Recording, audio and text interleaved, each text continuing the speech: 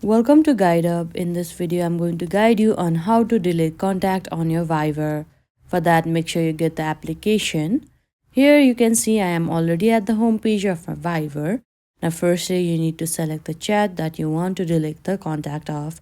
For this video, I will go for the first one. Now here you need to simply tap on their name icon at the top.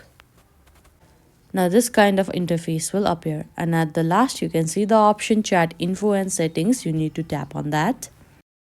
Now again this kind of page will appear, and at the top right you can see pencil icon. Tap on that.